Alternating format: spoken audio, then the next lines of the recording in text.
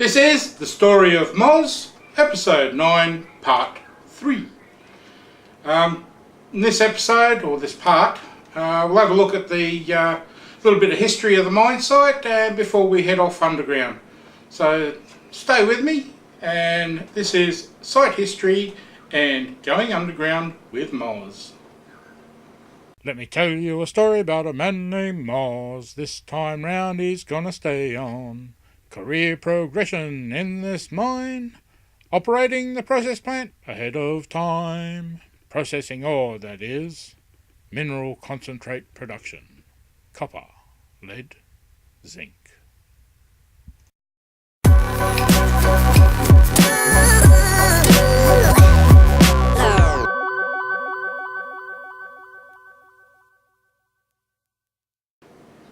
Yeah, when we started developing the open pit and started to mine through it, we came across a lot of the old workings from a bygone era when mining was pretty tough. You can see in the photos behind me there's some tunnels there that the old fellas had dug out, and I'll tell you what, those guys, they must have been pretty tough, because it was hard going in those days. We managed to recover a number of artefacts from the era, which included things like old wooden wheelbarrows,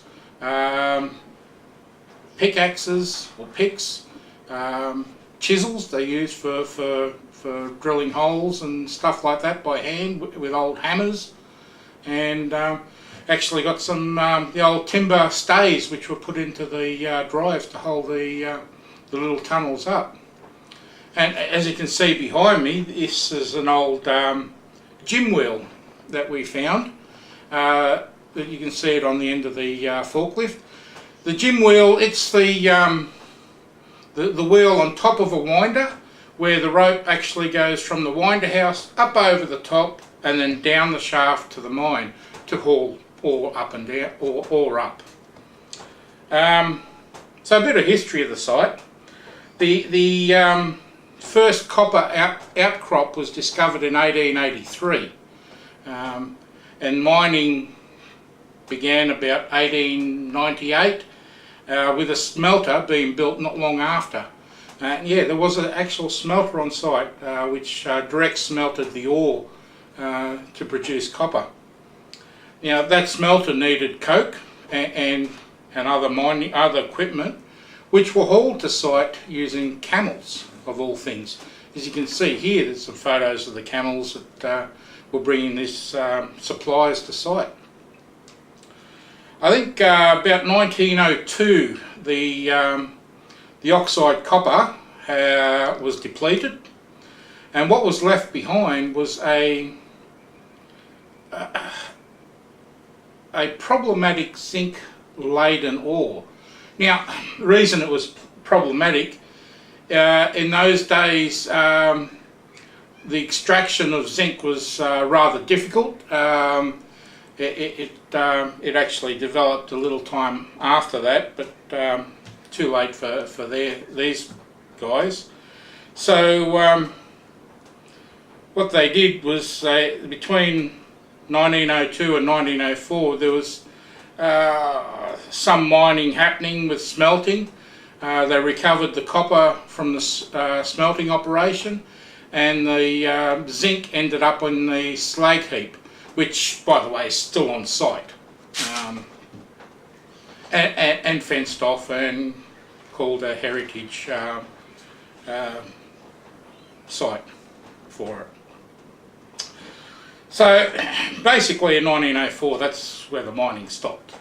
But there was a little bit of mining between 1915 and 1926, very sporadic, on and off, and but after 1926, basically there wasn't a great deal of mining happening.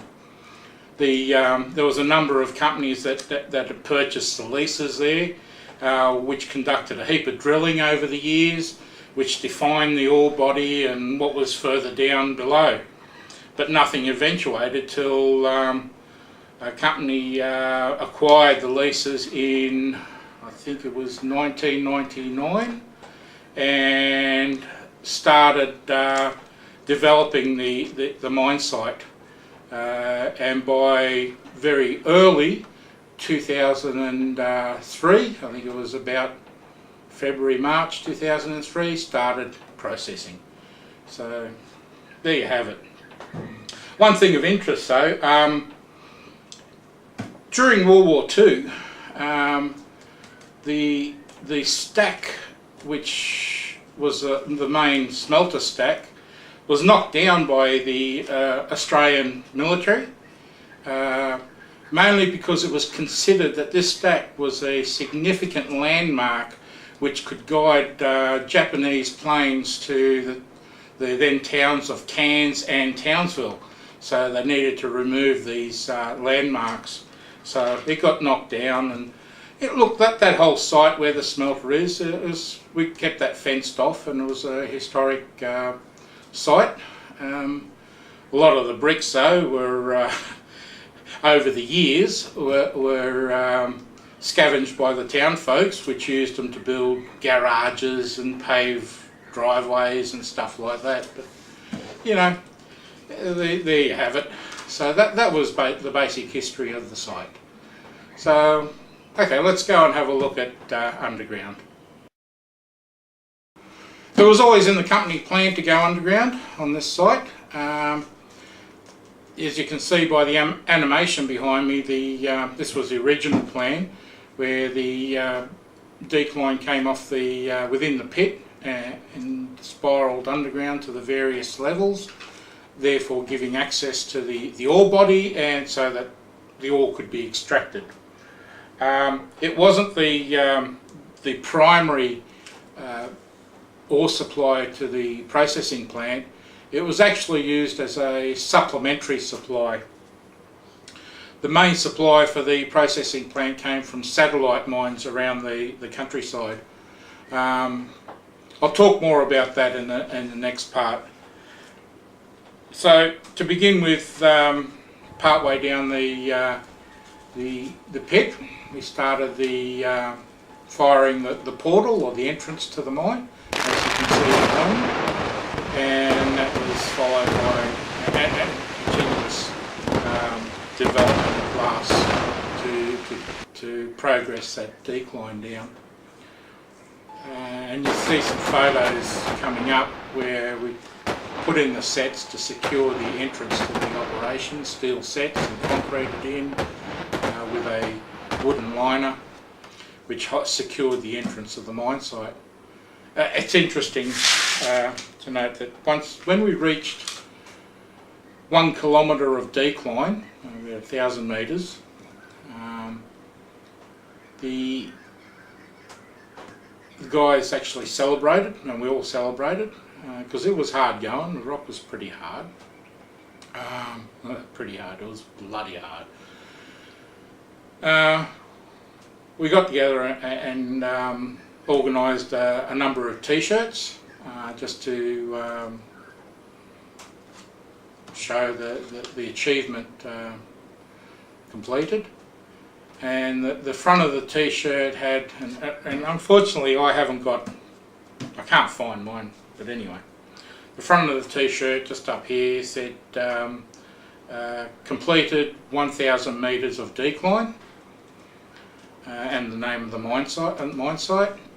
But the guys on the back wanted to put something else, and we did. And what they wanted on the back was, quote, "If there was a harder way of doing it, we found it."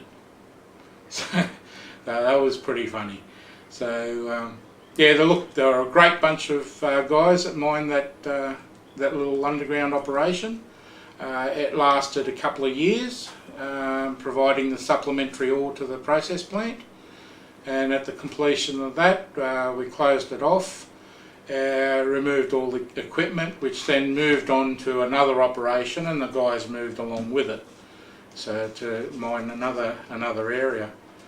So there you have it. That's how we started the underground at this site. So if you like what you're seeing and you want to join me in the next part, we will have a look at the satellite mines with Moz. So for now, cheers and have a good one.